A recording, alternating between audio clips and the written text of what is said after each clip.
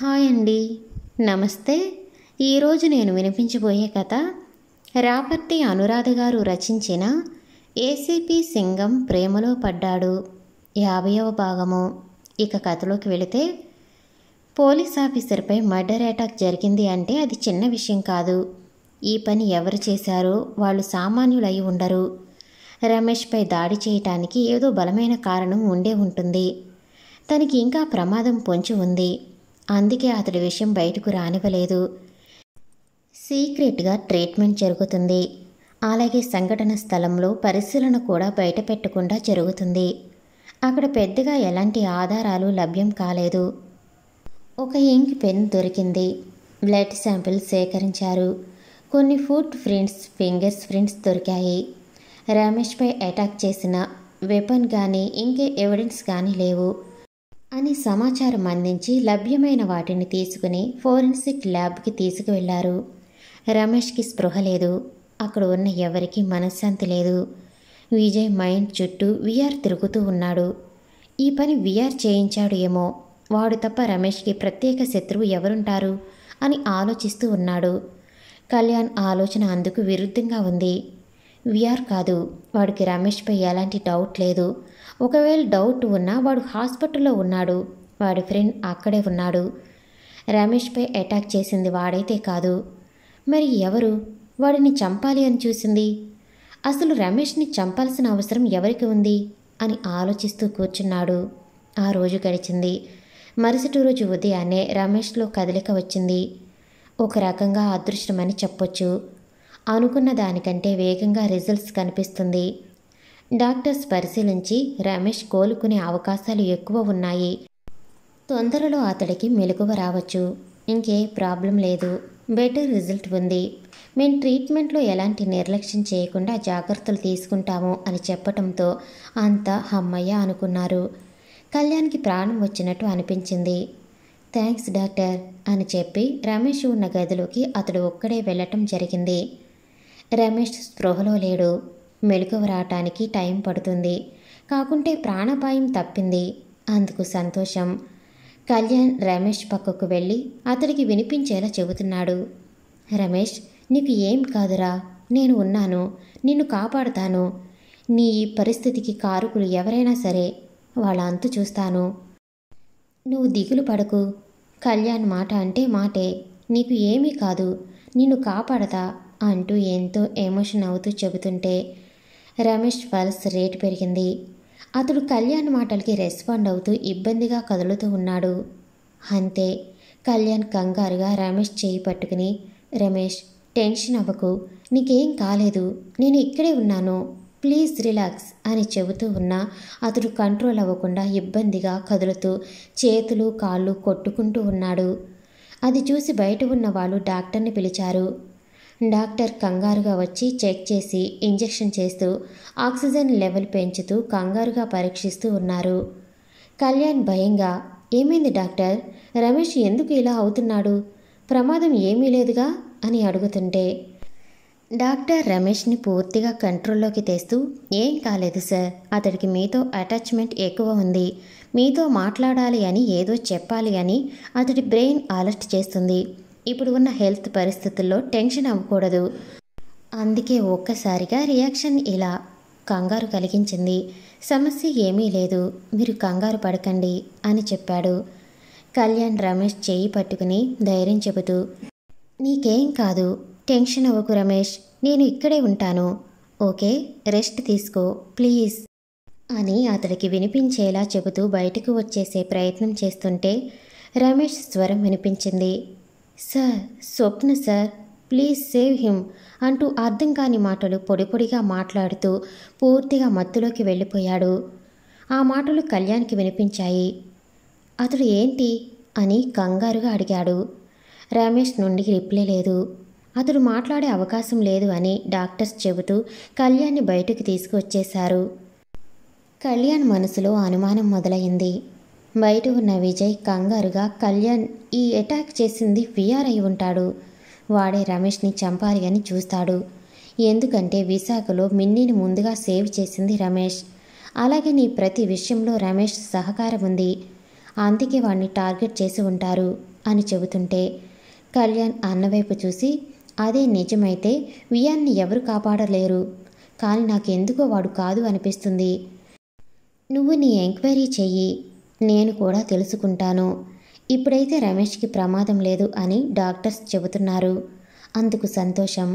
కానీ వాడికి ప్రమాదం లేకుండా లేదు, మనం తెలివిగా నడుచుకోవాలి అని కొన్ని సూచనలు చెప్పి రమేష్కి కవచంలా రక్షణ ఏర్పాట్లు చేసి చేతికి ఉన్న వాచ్ చూసుకున్నాడు. తెల్లవారి 8 దాటింది.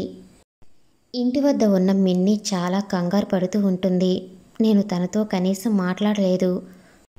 ఓ, ఎంత కంగారు పడి ఉంటుందో. నేను ఇంటికి వెళుతున్నా, నువ్వు మాత్రం నేను చెప్పిన ప్రకారం అన్నీ చెయ్యాలి, ఎలాంటి మిస్టేక్ జరిగినా ఊరుకోను అని 1-2 సార్లు చెప్పి బయటకు వచ్చాడు. మిన్ని తెల్లవార్లు కన్నీళ్లు పెట్టుకుంటూ కళ్యాణ్ కోసం ఏడుస్తూ కూర్చుంది. ఆమెకు భయం, బాధ, నిరాశ అన్నీ ఏకమయ్యి బాధిస్తున్నాయి. కళ్యాణ్కి తన బాధ చెప్పే వీలు కూడా లేకుండా పోయింది. ఆమె ఆవేదన అక్కడ ఉన్న సీతమ్మకు తెలియదు. ఆవిడ ధైర్యం చెబుతూ ఎన్నో రకాల ప్రయత్నాలు చేస్తున్నా మిన్ని బయటకు నెమ్మదిగా ఉన్నట్టు కనిపిస్తుంది, కానీ లోపల చాలా బాధపడుతూ ఉంది. అందుకు కారణం ముందు రోజు రాత్రి జరిగిన సంఘటన. ఉన్నట్టుండి ఎవరో కారులో వచ్చారు. ఆ వచ్చింది కళ్యాణ్ గారు అనుకుని పరుగులు పెడుతూ వెళ్ళిన మిన్ని భయంతో వెనక్కు పరుగులు తీసింది. వచ్చింది అఖిలాండేశ్వరి. ఆవిడను చూడగానే మిన్ని గుండెలు వణికిపోయాయి. ఆవిడ మిన్ని పరుగులు తీయటం చూసి రగిలిపోతూ, నీ అంతు చూస్తానే, నీకు పెళ్ళి, మొగుడు, ప్రేమ కావలసి వచ్చిందా?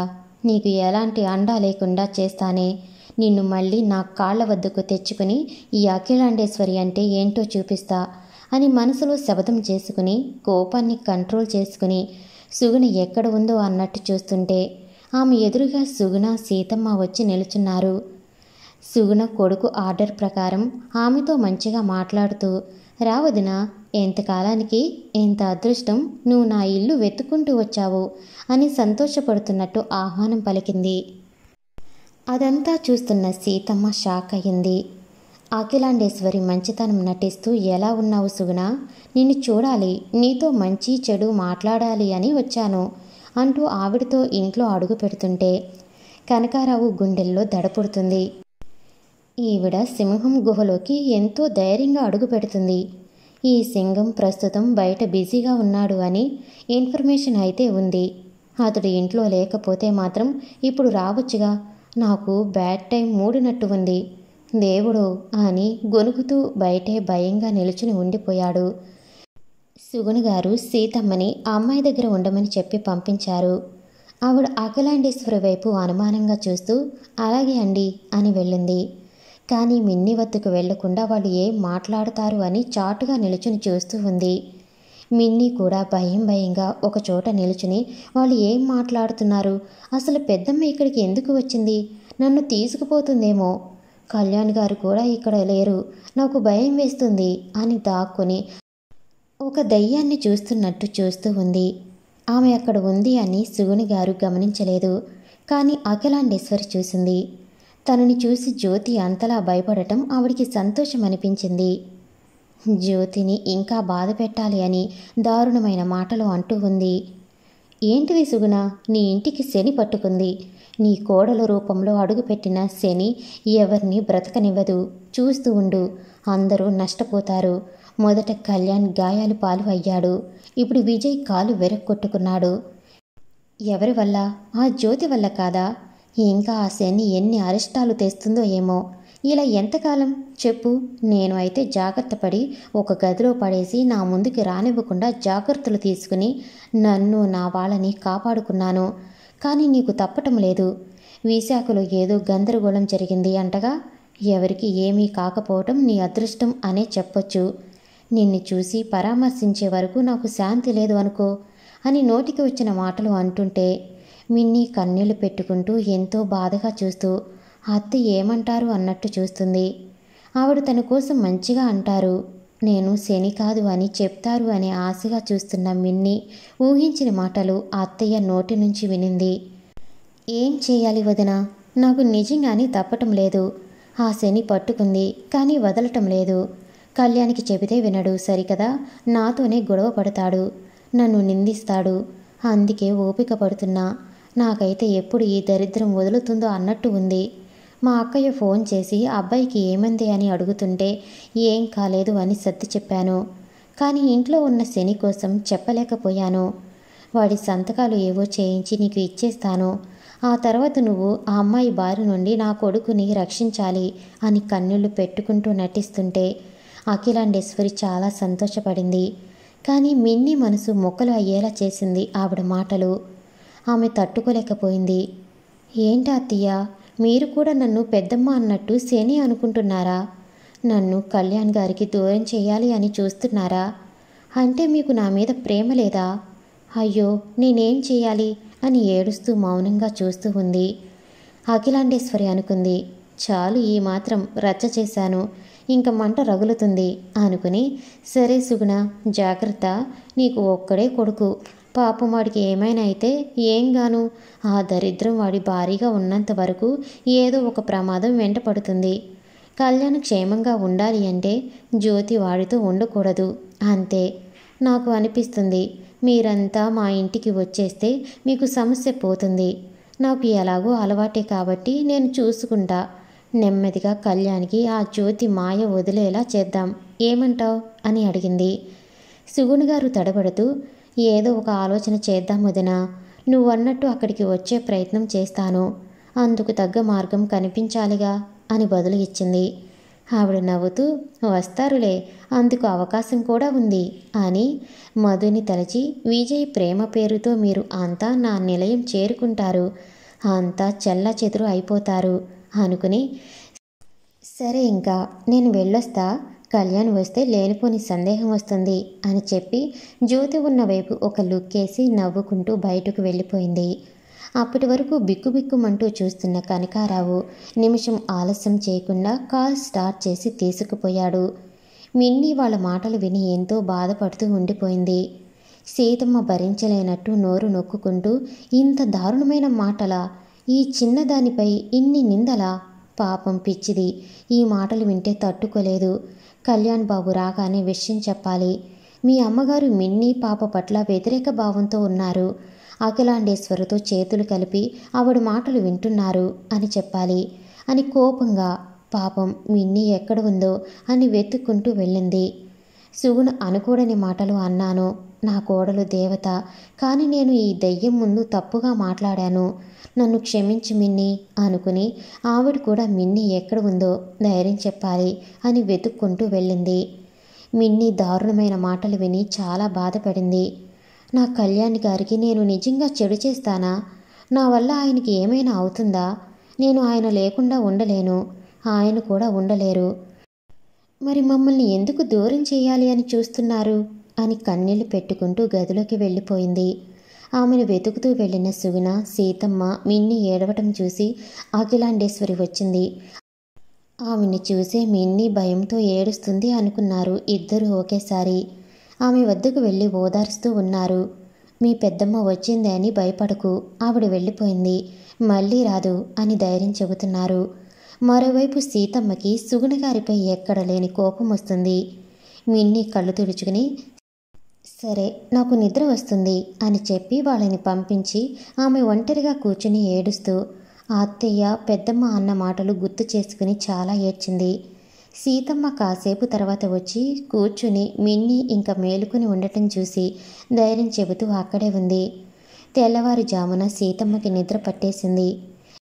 మిన్ని మాత్రం బాధపడుతూ మేలుకుని కళ్యాణ్ కోసం చూస్తూ కూర్చుంది. కళ్యాణ్ ఇంటికి చేరుకునేసరికి సమయం 9 దాటింది.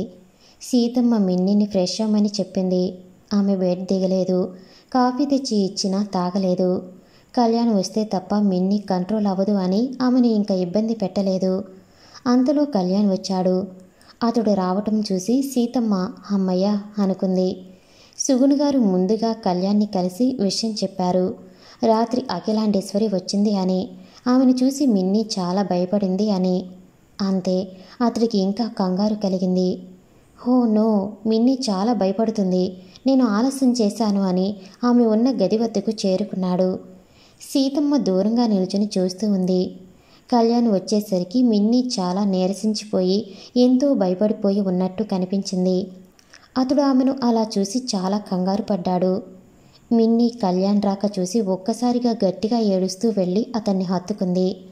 కళ్యాణ్ ఆమెను ఆమాంతం 2 చేతుల్లోకి తీసుకుని ఇంకాస్త గట్టిగా హత్తుకుని, ఏమైందిరా, ఎందుకు ఏడుస్తున్నావు? నేను వచ్చేశాగా, ప్లీజ్ రా, ఏడవకు, కొద్దిగా పని పడి రాలేకపోయాను, సారీరా అని ఓదారుస్తూ ఉన్నా. మిన్నీ అతన్ని చుట్టి పట్టుకుని, నాకు భయం వేస్తుంది కళ్యాణ్ గారు, ప్లీజ్ నన్ను మన ఇంటికి తీసుకుపోండి, నేను ఇక్కడ ఉండను, ఇప్పుడే వెళ్ళిపోదాం, ప్లీజ్ ప్లీజ్ అంటూ అడుగుతుంటే కళ్యాణ్ చలించిపోయాడు. సరేరా, ఇప్పుడే వెళ్ళిపోదాం, నా మిన్నీ కదూ, మా బుజ్జి కదూ, ఏడవుకురా అని ఆమె చెంపల నిండా ముద్దులతో ముంచేస్తూ ధైర్యం చెబుతూ ఉన్నాడు. ఆమె అతడి ప్రేమ లాలనకి కంట్రోల్ అవుతూ ఉంది. కళ్యాణ్ ఆమె కళ్ళు తుడుస్తూ, ఇది మన ఇల్లేరా, ఇక్కడ ఏం భయం లేదు, మీ పెద్దమ్మ వచ్చింది అని భయపడకు, ఇంకోసారి ఆవిడ రాకుండా చేస్తాలే అని చెబుతున్నా మిన్నీ వినకుండా, కాదు వద్దు, ఇక్కడ వద్దు, ఇప్పుడే వెళ్ళిపోదాం, నాకు భయం వేస్తుంది అని అతన్ని కంగారు పెట్టింది.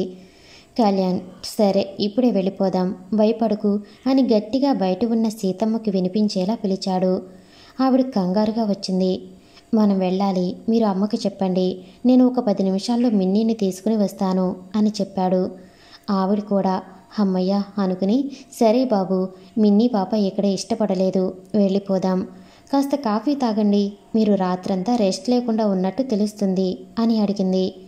మిన్నీ వెక్కిళ్ళు పెడుతూ అతడి వైపు చూసి, అవును, మీరు అలసిపోయి ఉన్నారు, రాత్రంతా నిద్ర లేదు, నాలాగే, అవునా, అమ్మా కాఫీ ఇవ్వు, తాగాక ఇంటికి వెళదాం అంటుంటే కళ్యాణ్ అవస్థ బయట పెట్టకుండా చిన్నగా నవ్వి, మన ఇంటికి వెళ్ళాక తాగుదాంలే, సీతమ్మ అమ్మకి విషయం చెప్పు అని బయటకు పంపించి మిన్నీ వైపు దిగులుగా చూస్తూ, సారీ మిన్నీ, నైట్ రాలేకపోయాను, నువ్వు చాలా భయపడ్డావు అవునా అని అడిగాడు.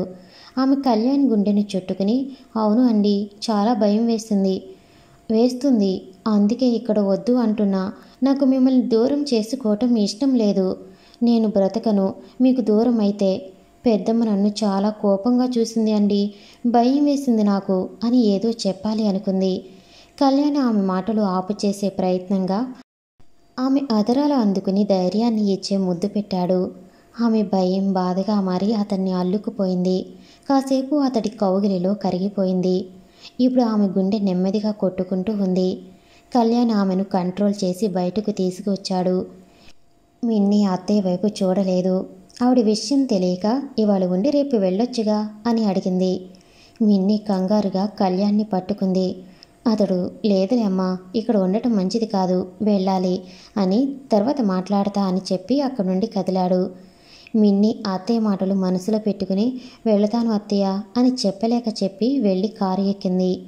సీతమ్మ ఇంటికి వెళ్ళగానే కళ్యాణ్ బాబుకి విషయం చెప్పాలి అనుకుంది. కళ్యాణ్ కాల్ స్టార్ట్ చేశాడు. మిన్నీ అతడి ఒడిలో తలపెట్టుకుని ఉంది. వాళ్ళు వెళ్ళిపోయారు. సుగుణి గారు నెక్స్ట్ ప్లాన్ ప్రకారం నడుచుకోవాలి, అందుకే వాళ్ళని ఆపలేదు. ఇంటికి చేరుకున్న మిన్నీని కళ్యాణ్ ఫ్రెష్ అయ్యి రమ్మన్నాడు.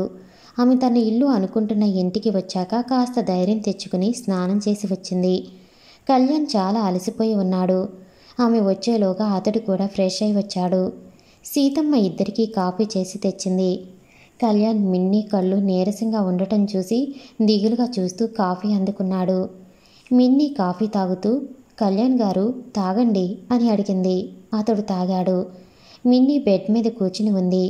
సీతమ్మ మనసులో మాట అడిగేయాలి అని, బాబు మీతో కాస్త మాట్లాడాలి, నాతో వస్తారా?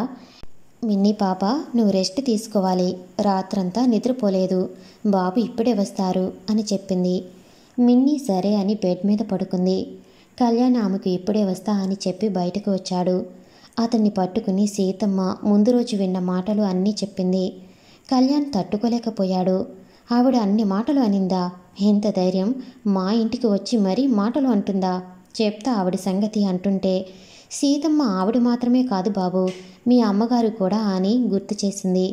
కళ్యాణ్ చిన్నగా నవ్వి, అమ్మ అలా మాట్లాడాలి అన్నది నా ప్లాన్ అమ్మా, మా అమ్మ కావాలనే మాట్లాడింది. అమ్మ విషయంలో టెన్షన్ లేదు, అఖిలాండేశ్వరి విషయంలో జాగ్రత్త పడాలి అని సలహా విషయం అంతా చెప్పాడు. అంతే. సీతమ్మకి ప్రాణం వచ్చినట్టు అనిపించింది. అంటే సుగుణి గారు మిన్నీని ద్వేషించటం లేదు, అమ్మయ్య అనుకుంది. కళ్యాణ్ నిట్టూరుస్తూ, పోనీలండి, ఈ మాటలు మిన్ని వినలేదు, వింటే తట్టుకోలేకపోయేది.